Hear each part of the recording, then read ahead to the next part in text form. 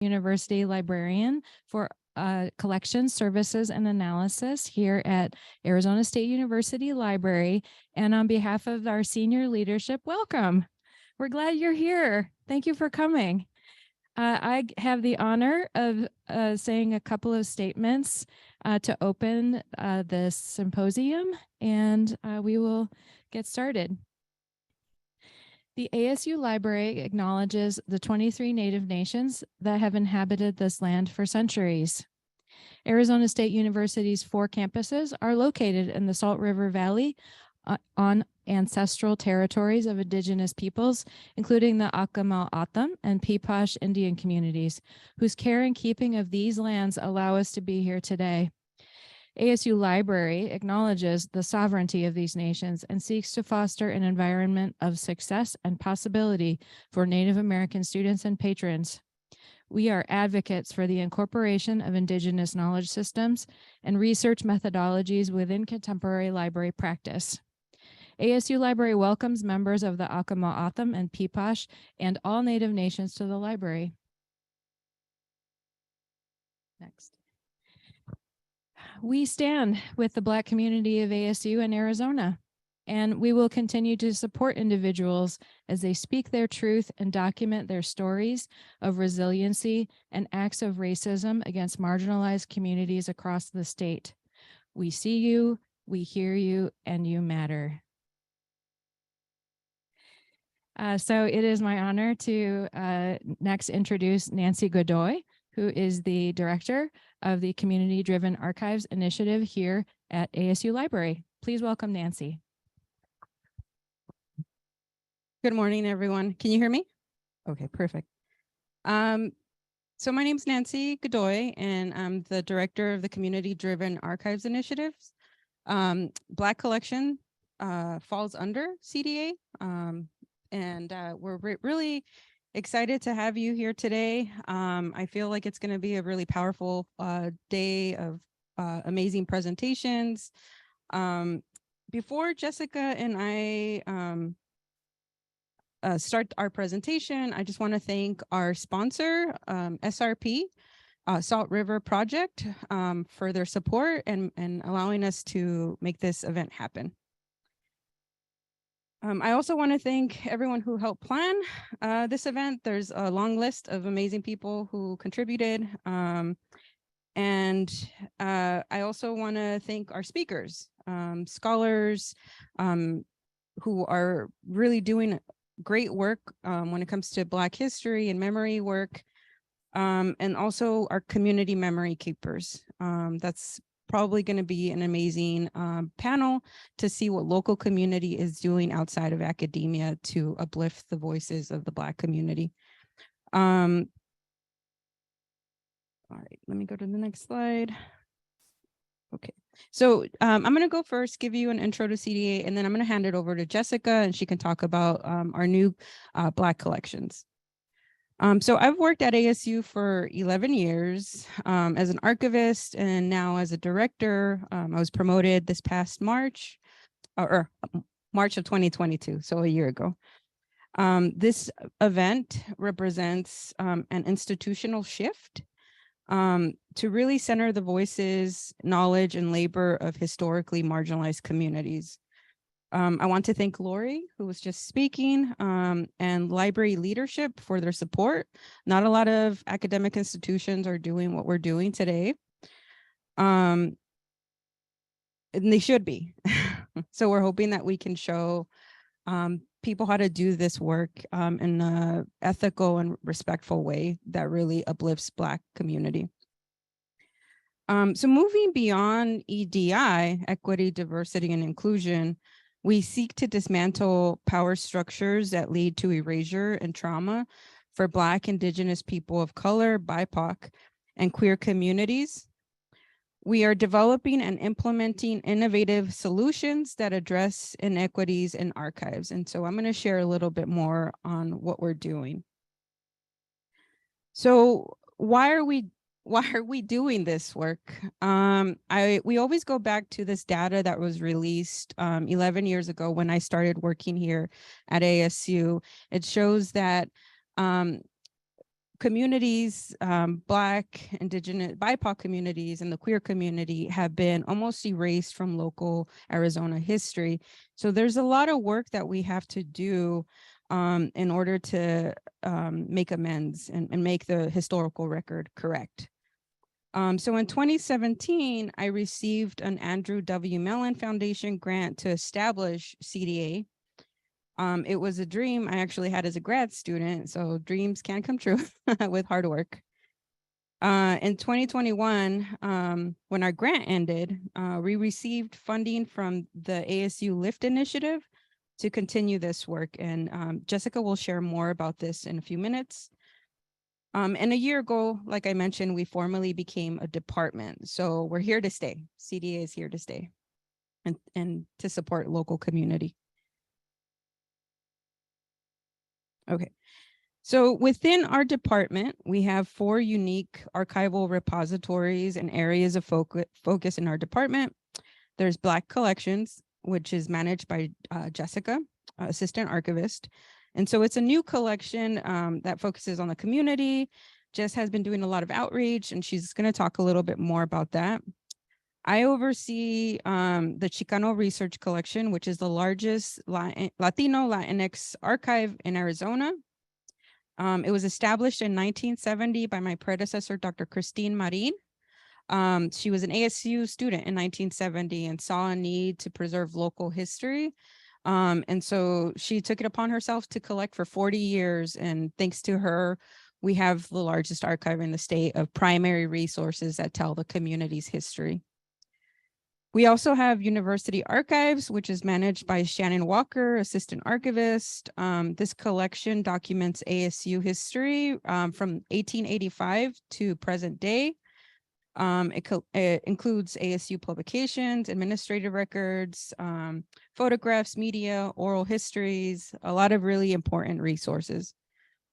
We also have the Greater Arizona Collection, which is managed by Renee James, assistant archivist.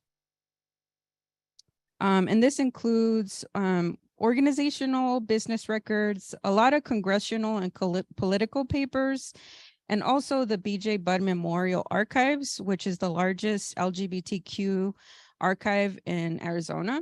It documents the community's history from 1970s to the early 2000s.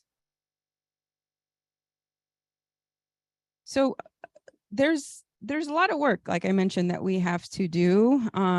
There's relationship building and relationship mending of relationships that have not gone well between ASU and community members, between researchers and community members. So I think we're taking an approach that is very reparative, right? There's reparative action that goes into what we're doing. So we're building relationships, we're cultivating mutual respect and trust by encouraging intersectionality and solidarity within the BIPOC and queer community, but also within everyone. We are acknowledging, I think this is the most important part when you're doing reparative work, we're acknowledging the legacy of white supremacy in Arizona and the historical trauma that communities have experienced and survived. We are supporting, out of the work we do, we're noticing that, this work, CDA, is really helping communities with healing projects that center BIPOC and queer history and resiliency, right? There's a long history of survival. We are also making sure that we develop services and programs based on community needs. If you notice, when you checked in, there was a survey. If you can please fill that out, that is going to help us move forward and plan other events that you might be interested in. So we're really collecting information from community to develop the work that we're doing. Another thing is we're really trying to ensure that community members are able to engage throughout the preservation process. It's not just us going into communities and taking their photographs, their documents. We're showing community how to preserve their own material. We are centering their knowledge and their lived experiences. And we're also acknowledging that BIPOC communities, the queer community, they have always been memory keepers, right? We're memory keepers. So when you walk away from this event, just remember that you're a memory keeper and that we're here to support you. And we're also, I'll talk a little bit more, all the pictures that you're seeing in the PowerPoint presentation, these are all photos from our past events. So we're reaching, our reach is big. We're really focusing on creating intergenerational and intersectional safe spaces that support lifelong learning. And then to go along with that, we're making sure that people have access to free training material, archive starter kit. So when you walked in, you probably got a swag bag that has an archive kit. And it's a starter kit for you to go home and to start preserving some of your own family history or community history. We are also supporting community members and scholars as they donate archival material to ASU. When you donate to ASU, this material becomes accessible to the public. But we're also working with community so that you can develop your own archives within your own institution. So, it's really about working together and not just taking. And then we're providing access to the collections we have here at ASU in our reading rooms and online. So we've made a lot of collections accessible on our digital repository as well. On the screen, you'll see two different activities that we've done in the past. The Archives 101 workshop. Jessica will actually be leading this workshop this Saturday at 10 o'clock in the morning. Please come. We'll show you how to take care of your photographs. It's a two-hour long workshop. You get hands-on experience on how to work with archival material. And again, you walk away with an archive starter kit.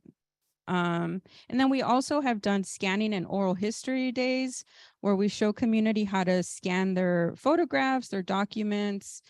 We also talk about storytelling. The more traditional way of storytelling would be within the academic setting would be an oral history interview.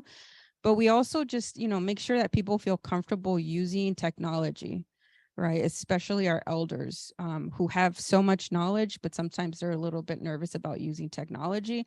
But in reality, if there's training, we can all be doing this work. Okay, so I quickly want to share some information. So during I mentioned our grant funded project before we became an official department, we collected data during that that period, and we found that 98.5% of people who came to our events felt prepared to be community archivists after we gave them training. So that's huge, right?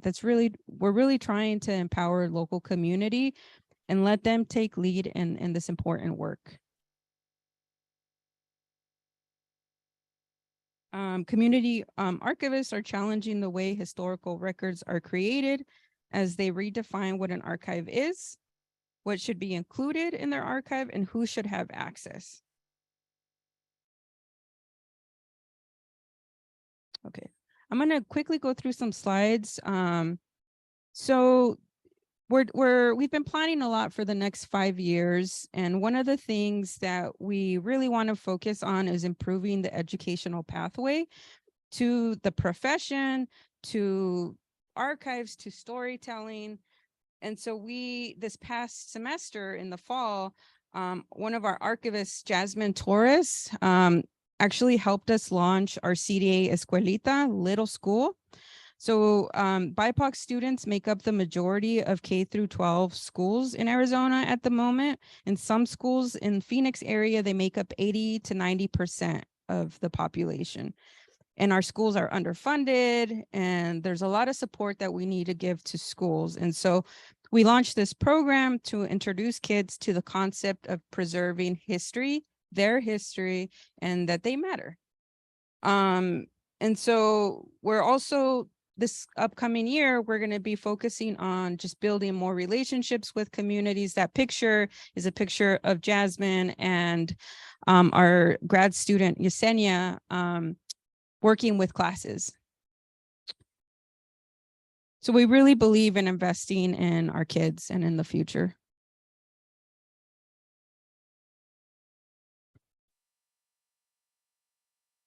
Another really cool thing, when you think about archives, most people think, oh, you put stuff in a box, you put it away, you never see it again. But one of the great things about our team is that we're creating learning tools and activities that really bring the archive to life. One of those things, and then also things that are culturally appropriate for some of these communities that we're working with, something that means something to them. So Jasmine created, and several other team members helped create the CDA Loteria game. It's still in the works. We're hoping to start giving out some of this material this upcoming fall. But if you look at the screen, beautiful images. Some of the images are focusing on collections that we actually have here at ASU.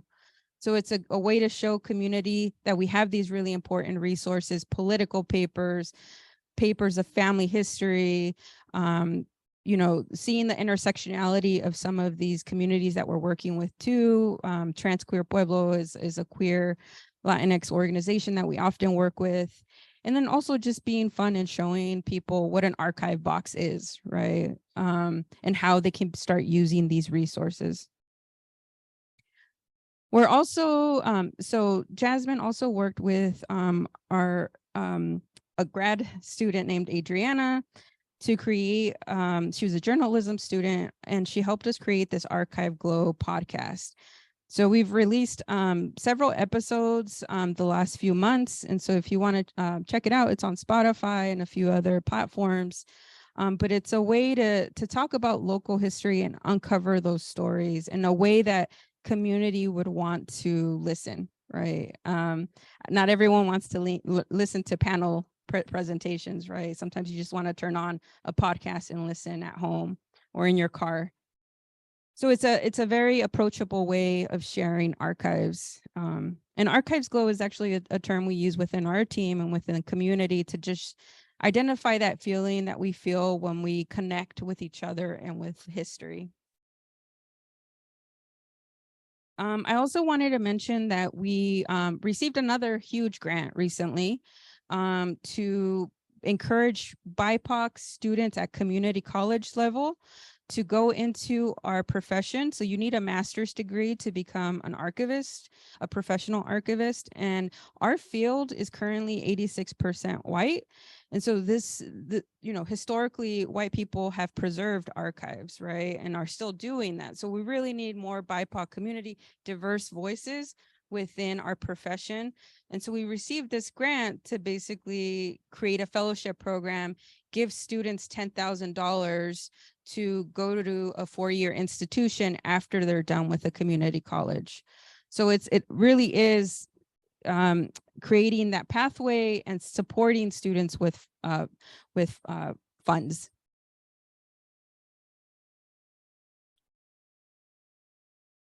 This fall, we're also going to launch officially. We've all been doing different projects, but officially we're going to launch this ASU Recovering ASU BIPOC and Queer History campaign.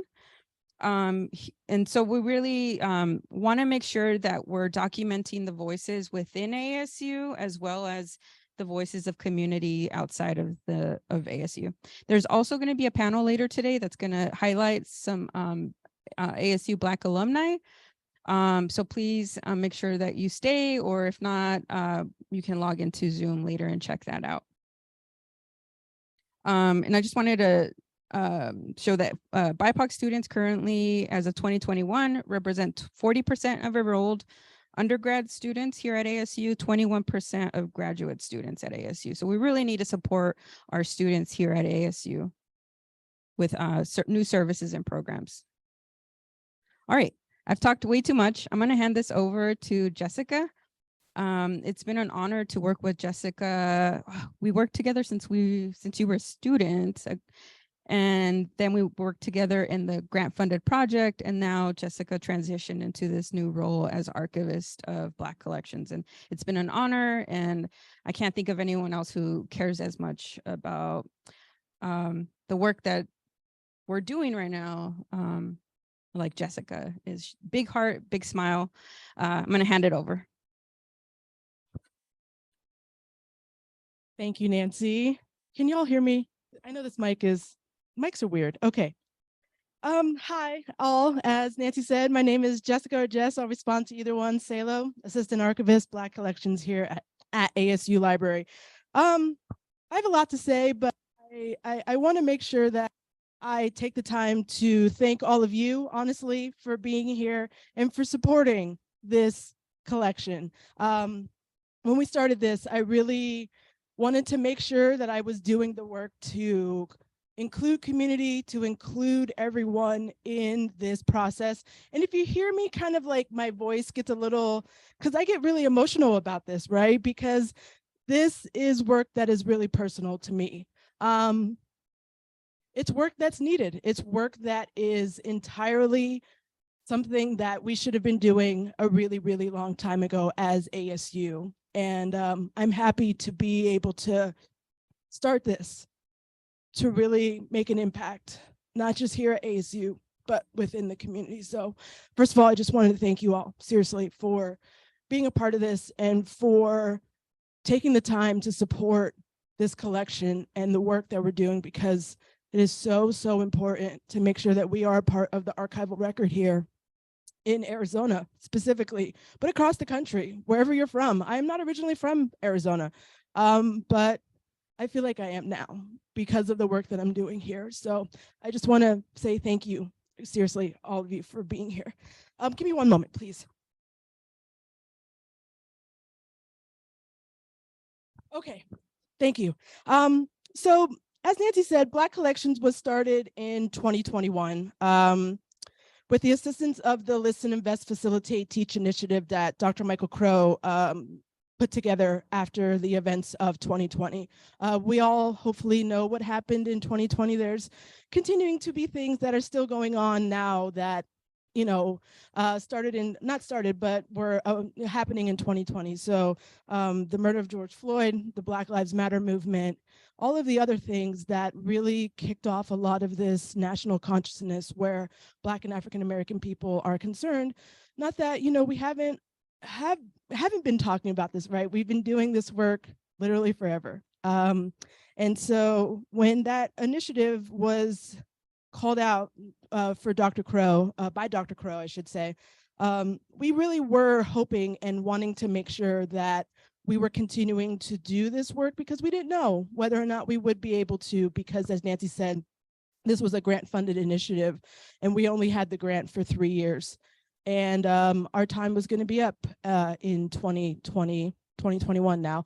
And so when this came out, it felt like it was a really great opportunity to see if we could continue to do this work. And thankfully, we were. And I'll talk a little bit more about LIFT in the next slide. But Black Collections is, as I said, a really, really kind of situation where we really need to make sure that we are focusing in not just on Black and African American history, but on all histories of people who are non-European, non-white, right? As Nancy said, 0 to 2% known archival collections to this day still represent Black and African American people. And that survey was done in 2012. And that was 11 now years ago that study was done, and we are still only at 0 to 2% of known archival collections. So my hope, my work, my mission with Black Collections is to uplift, support, highlight, and make sure that we as Black and African American people are included in every single part of the archival record here in Arizona. Our banner, you probably saw it up front if you walked in, was created by our really awesome team here at ASU, and I'm really thankful for the teams that I have, not just the CDA team, but the entire ASU library team, because I feel like anytime that I talk about the work or that we highlight the work that we're doing, Black Collections is always one of those ones that even outside at CDA, people talk about and have good things to say about that. And so for me, it really is a team effort. It really is a support system that I don't know whether or not I would be able to do this work if it wasn't for the support that I received here, not just from my colleagues, but from the particular people who are in our upper leadership and in the management level circles. So I've done some pretty important events and different things over the last year. I did a number of ASU news articles. They're all over. If you just Google my name and Black Collections, ASU News, you'll probably find 3 or 4 or 5 articles that have come out over the last year that talk about Black collections and the mission and the work that I'm doing. But I just wanted to took a small snippet from an article that I did in January 2022 when we officially launched Black Collections, just talking about how much I need to listen and I need to learn and impart my knowledge as a professionally trained archivist to the community to let them know that it's not just the work within institutions that need to be doing this. It is community members, and community members and family members have been doing this work, right? Through genealogical research, through people doing oral stories, oral tradition throughout the Black and African American community. We have passed down our stories for literally generations. And so this particular work is not new to our community, but in some respects, I don't think a lot of people understood or realized that this is archival work, right? This is preservation work, and it matters, and it's important to make sure that we know and we understand that Black and African American people have been here, we've always been here, and we will continue to be here. And so I did a look inside Black collections, what is it? YouTube, yes, YouTube event with Christina No, and I'm really appreciative of, again, the team here at ASU Library for recording that and putting that up on our YouTube page. I have done significant work to make sure that folks realize that we've had and have had Black and African American professors and faculty here since the 1960s and even before that. So I've done a number of events that celebrate and highlight Dr. Jefferson Eugene Grigsby Jr., who was a professor here at ASU in the art department from the 1960s until the 1980s, that documents and highlights his impact, not only here at ASU on the students that he was able to teach, but then to also talk about the community work, the long legacy of community impact and work that Dr. Grigsby did for the Black and African American artists and community here in the Phoenix metropolitan area. So both of those are up on our ASU Library YouTube page. I encourage you to please go ahead and check them out and to learn more, not just from today, but from all of the past events that I have done that document and talk about Black collections. Oops, I may have been talking so much that it's not working. Thank you. So as I said, Listen, Invest, Facilitate, Teach initiative here at Arizona State University. This was the initiative. No, it's okay. This was the initiative that, as I said, we were able to get funding in order to continue the work that we are doing today. So this is the initial report that was put out by the LIFT initiative, talking about not just us. We are under the T9 part of that. We were number 23 out of 25 initiatives that were funded under LIFT. So we just made the cut. And so through that initiative, my position in this collection was started, and then my colleague, Jasmine Torres, her position was funded under LIFT in order to continue the important work that CDA is doing and will continue to do that talks about community engagement and community involvement in the archival and preservation process. This data block here was from that report, and basically it highlights and shows the representation of Black faculty, of which is at that time 3.4% of ASU's total faculty population is Black. 4.8% of our graduate assistants are Black. 5.3% of ASU's non-faculty staff is Black.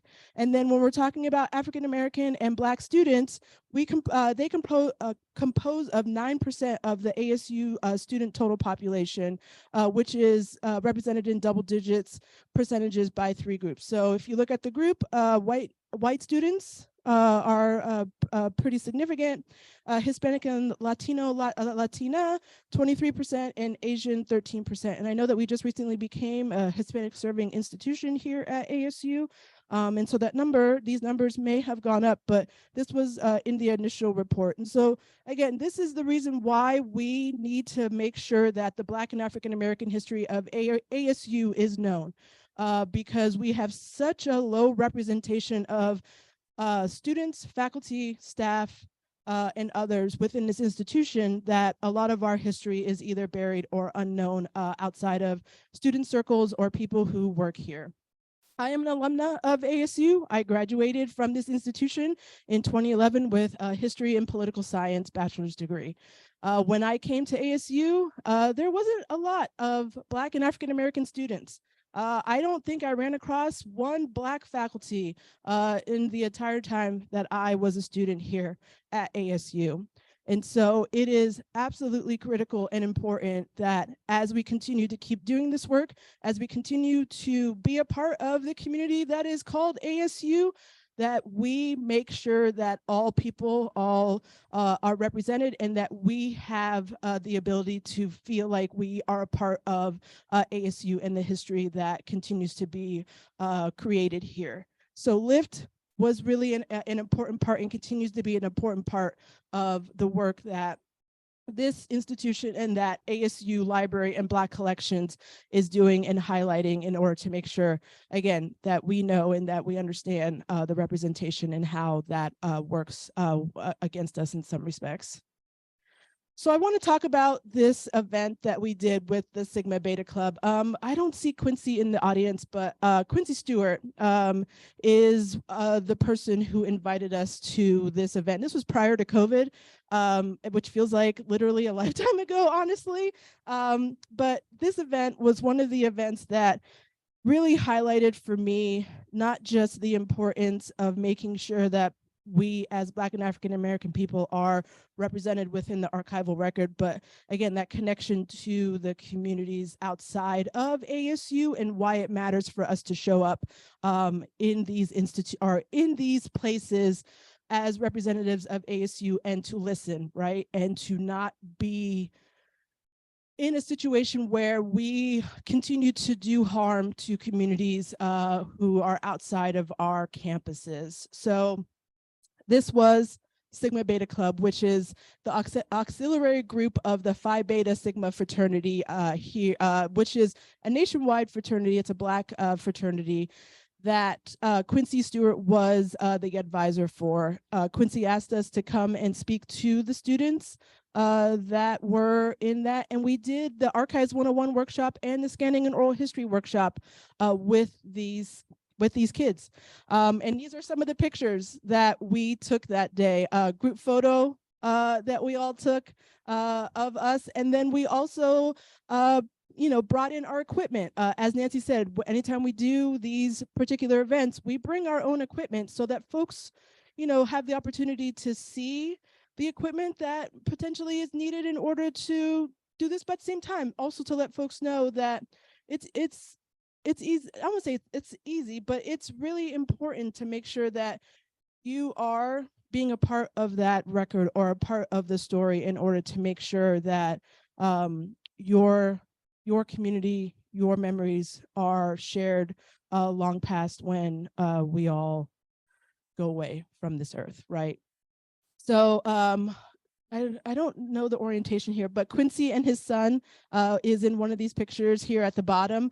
And I remember this because Langston and Quincy were sitting there, and Quincy was telling him a story about his family, and Langston just had this look in his eye, and you can kind of see it in this photograph of just listening to his father talking about family history. And that was a really powerful moment in that. And we actually had that recorded on our listening station, our oral history listening station at that point. And so for us to be able to capture these moments and to make sure that folks feel like they have a place and can be a part of this particular movement, to make sure that we are documented, was really important. And kids are kids, you know, I don't know how much they absorbed, but I think at the same time, they were very appreciative of learning and of having that understanding that, you know, come the future, they are going to be those memory keepers, right? And they're going to be the folks who are going to take on that work to share their family history and their community history. And I think that all of the panels and all of the talking points that we will be doing today highlights that you are a part of that, and that it is something that we all can do and that we all can take on and have that be really impactful and really important in the work that you are not only individually doing, but as a community you are also doing. So here are some of the events that I have done over the last year. So the ones at the top are the ones that I did in 2022. So I did another symposium in October of last year at Burton Barr Central Library in downtown Phoenix. We did another Black History and Preservation Symposium where we invited a number of folks to come and talk about the work that they're doing and then how to preserve, right? Not just your stories, but physical buildings. There's a large movement here in Arizona to try and preserve historic buildings here in not just the Phoenix metropolitan area, but in Arizona specifically. We were able to bring in, I think I saw Catherine Leonard on the Zoom call, but Catherine Leonard's office, which is the State Historic Preservation Office. I'm sorry, Catherine, if I didn't say that right. I think that's how you say that. It was a part of this, and they are one of the organizations here in the Phoenix metropolitan area, but Arizona specifically, who are doing the work to try and preserve physical buildings and physical properties. And they are currently doing a lot of work to make sure that buildings that are in disrepair or buildings that are in critical need, especially when it comes to Black and African American community.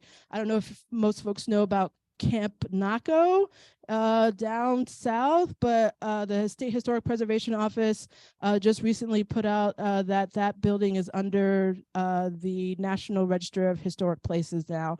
And so that particular site will now be able to have some preservation put towards it and be able to be preserved as time goes on, because that is an important landmark within the Black and African American military community down south. And so Camp Naco is one of those really important things. But that preservation symposium also brought together a number of other folks. Dr. Josephine Pete, who is here in the audience and will also be speaking, was at this event and talked about the Okemah community, which you'll hear more about as well. These are one of these historic Black communities that unfortunately is no longer something that is, I want to say it's not in existence, because all the people who live there are still around, but they don't have the ability to come into a community and tell folks what you know, the physical buildings that were going that were a part of that community, because that community is unfortunately industrial community or industrial park now. So this is a part of the work, again, that we as people who are in this work need to be doing in order to make sure we're uplifting and highlighting these stories and the communities that unfortunately have a lot of things that have happened to them over the years that have erased their physical presence from a place, but their stories are still here, and they're still something that is of significance and worth. Juneteenth celebration I did with the Arizona Historical Society. We're doing another one in June 18th at the Arizona Heritage Center in Tempe. We will be doing another Juneteenth celebration with the Arizona Historical Society. I hope you all can make it if you are available on that Sunday. And then if you came through the lobby downstairs, I have an exhibit downstairs that talks about Dr. Eugene Grigsby Jr. That I am very proud of. And we were able to highlight and uplift artists who Dr. Grigsby had a crucial impact on. And then also, I just wanted to very quickly talk about the National Black Memory Project, some of the projects that have been going on. So I apologize for a couple of these walls of text, but I felt like it was really important to make sure that I root the understanding for folks to realize that traditional archiving has harmed Black and African American communities. And there are two scholars who have, and Nancy is another one of these scholars, but these are two Black scholars. Lyell Hughes Watkins is one of these scholars. She is a part of Project Stand, which is a project currently that is dedicated to talking about student activism and documenting that in the now. And so I always want to highlight and uplift Lyell because she is out here doing that important work and talking about how traditional archiving has really damaged Black and African American communities and people and what that impact has done to us. And then I also want to highlight Jarrett Drake as well. He unfortunately is no longer in the archival profession. That sometimes is a reality for us within this profession. Nancy said our profession is super white. And so to be a Black person within archives is incredibly, incredibly hard.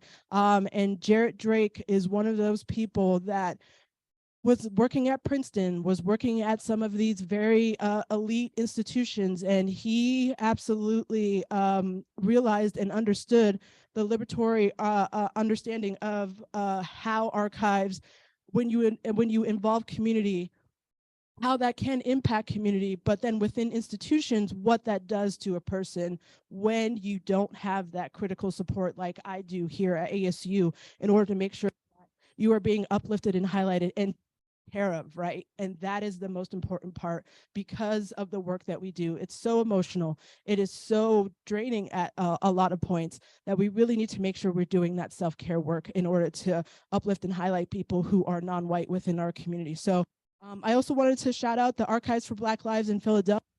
A lot of work to make sure that we are doing metadata and descriptive work in the way that is representative of community.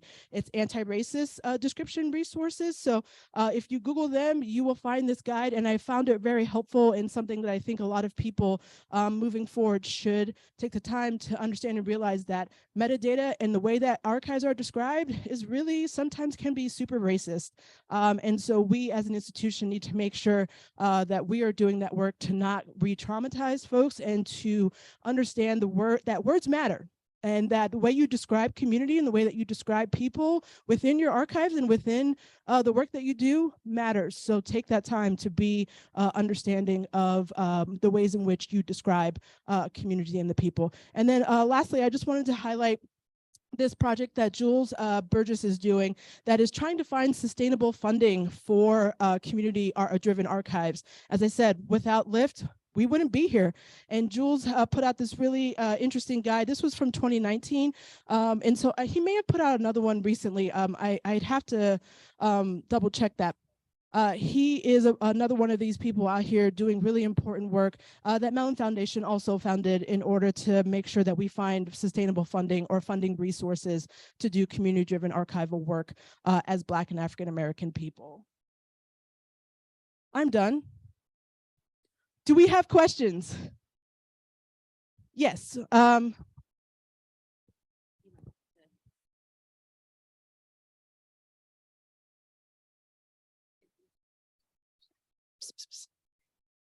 Yeah, thank you. My name is Ariana Urban. I am here representing the State Historic Preservation Office. Yay. Hey, along here with my colleague I Teresa. saw you both yesterday. Now I was like, y'all look so familiar. Like I couldn't place you, but thank you. Thank you. Thanks for having us. In the creation of the Black archives, the Black collections, was that new material that you and the school had collected, or was it an effort of going to the existing university archives and combing through those collections and pulling things out and creating new ones? So it is all legacy collections. What I will say is that I have not brought in any new collections because I am doing so much relationship building with not just the external community, but with the internal ASU community. So a lot of the pieces, a lot of the items that we have that document Black and African American community come from Shannon's university archives, come from my colleague Renee James' Greater Arizona collection. So a lot of the pieces that we currently have that are either available or on our digital repository come from our traditional legacy archives.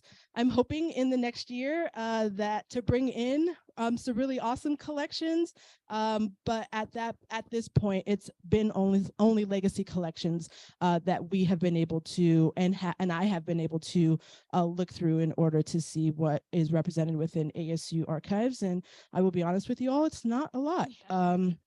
I'm sure you'll hear from one of our panelists about the struggle that he has been going through in order to make sure that he is understanding what is within archival collections. And Anthony, I hope you'll be honest and tell us that, again, it's not a lot, especially within our institutional archives. Nancy, do you have anything to add to that?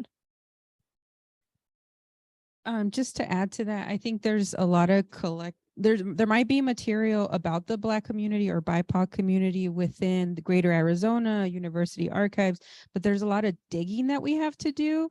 And then also it's from the perspective of the white donor who donated and not from the community. So that's very important to make sure we point that out. And so there's still a lot of reparative work that we have to do, like I mentioned earlier.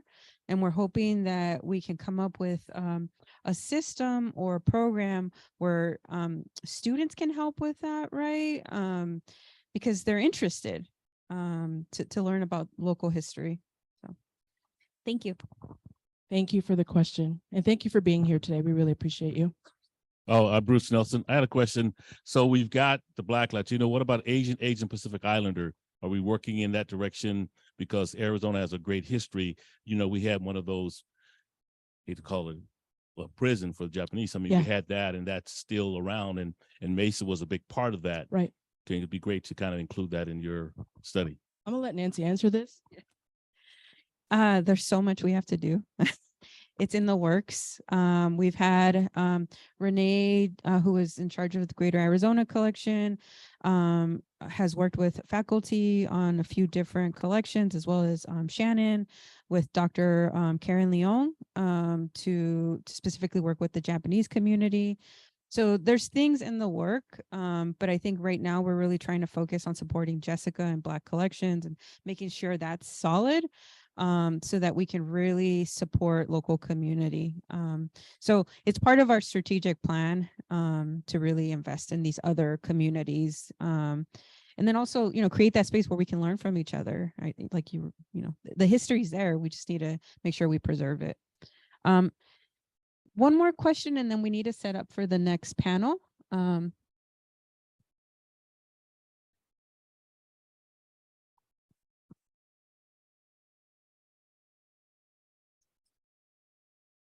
Hi, I'm Sheree Hertz. I'm alumni, but I have a quick question just to follow up. So the archives that you guys have, the legacy, are they coming from all of the ASU campuses, or are you just mainly focusing on the ones that are starting here at Maine? I guess it's another Nancy question, so I will let her answer that. So we were just mentioned the Grigsby collection. So that collection came to us because somebody called Shannon, the university archivist, and was frantic and was like, we're going to get rid of this room full of material. We need to clean out material.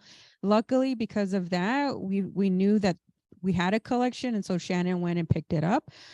So right now, there's a lot of foundational things that I said that we're having to do. But the next phase is to really make sure that community knows that they can reach out to us if they have material that they want us to collect. And so CDA is the new archives department, basically within ASU, and we're centering BIPOC and queer communities. So if you know of somebody who needs to be in the archive, somebody whose story needs to be documented, please let Jessica know, please let our team know. We're here to support, and we're centering those communities first, which is, it's needed, it's time. Okay. To add to that, Yes. as a university archivist, we're interested in all the campuses. I would say because Tempe has a longer history, it's probably a little Tempe centric, but all the campuses, yeah, especially as they grow. All right, so we just wanted to very quickly just show our symposium agenda. Hopefully you got a program as you walked into the door, but we will be starting with the Arizona Black History at 10 o'clock and moving throughout the day into all of these other really great panels. So we look forward to having our speakers and having our panelists talk to you about each of these individual topics and get to hear from some really awesome Black and African American faculty and community members about the work that they're doing. So again, we want to thank you all for being a part of this and for coming today physically if you're here in the building, or if you're on Zoom. We really, really appreciate your support, because without your support, we wouldn't be able to do this work that we're doing. So we're going to go ahead and shut this down and then get started our setup for our 10 o'clock panel that will be Arizona Black History that we'll be doing. So thank you. Thank you all very much.